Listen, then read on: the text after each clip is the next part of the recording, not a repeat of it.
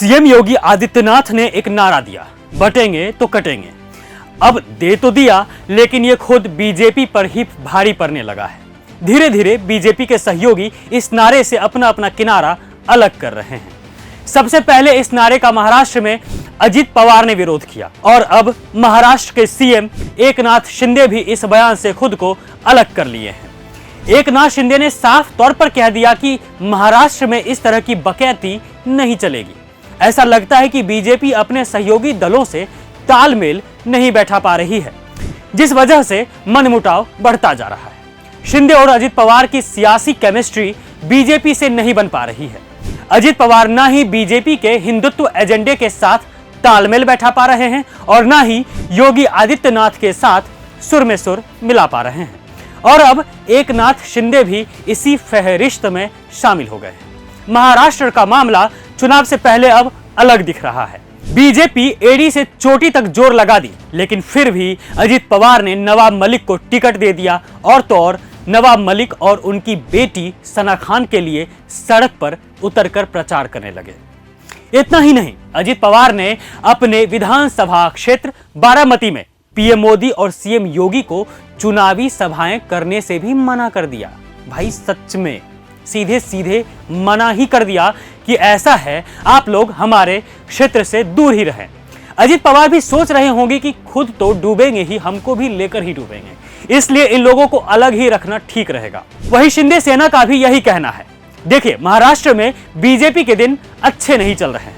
लगता है अब बीजेपी के बुरे दिन आने ही वाले हैं, क्योंकि 2022 में जिनको ये सीएम की कुर्सी पर बैठाए थे, अब वो भी बीजेपी के सुर में सुर नहीं मिला पा रहे हैं। एकनाथ शिंदे ने भी कहा है कि बटेंगे तो कटेंगे वाला मामला महाराष्ट्र में चलेगा नहीं। अब देखिए कि ऐसा क्यों है कि सिर्फ यही दोनों इस बयान के विरोध में हैं। बात ऐसी है कि अगर ये दोनों इस बयान का समर्थन करते हैं तो मुसलमानों को वोट के लिए साध कैसे पाएंगे। यही वजह है कि अजित पवार और एकनाथ शिंदे इस नारे को विभाजनकारी नारा मान रहे हैं। अजित पवार तो फिलहाल बीजेपी को आंख दिखाने से भी चूक नहीं रहे हैं। ऐसा लग रहा है कि अजित पवार भले ही बीजेपी के साथ मिलकर चुनाव लड़ रहे हों, लेकिन बीजेपी की हर बात मानने के लिए तैयार नहीं है। सिर्फ बटेंगे तो कटेंगे ही मामला नहीं है, समझिए, जो बीजेपी को चुनाव में भारी पड़ रहा है। याद है आपको, अमित शाह ने कहा था कि अभी तो हमारे सीएम एकनाथ शिंदे ही होंगे, लेकिन चुनाव के बाद इस बात पर चर्चा होगी कि अगर जीते तो कौन सीएम होगा। पहली बात तो बीजेपी एक सर्वे के अनुसार महाराष्ट्र में जीत ही नहीं रही है, पर अमित शाह का यह बयान शिंदे गुट वाले शिवसेना में तहलका जरूर मचा दिया है। कर्मा लौटकर या तो तकलीफ पहुंचाती है या फिर खुशी देती है, लेकिन यह आपके कर्म पर डिपेंड करता है।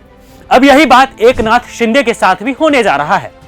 कभी शिवसेना को धोखा देकर पार्टी पर हक जमाने वाले एकनाथ शिंदे अब धोखे का शिकार हो गए हैं, क्योंकि कुछ दिनों पहले ही अमित शाह ने बीजेपी का संकल्प पत्र जारी किया था। उसी वक्त उन्होंने कहा भी था कि अभी तो हमारे सीएम एकनाथ शिंदे ही होंगे, लेकिन चुनाव के बाद हम सभी बैठकर इस पर विचार विमर्श करेंगे। अब विचार विमर्श का मतलब क्या है, ये तो हम सभी जानते हैं।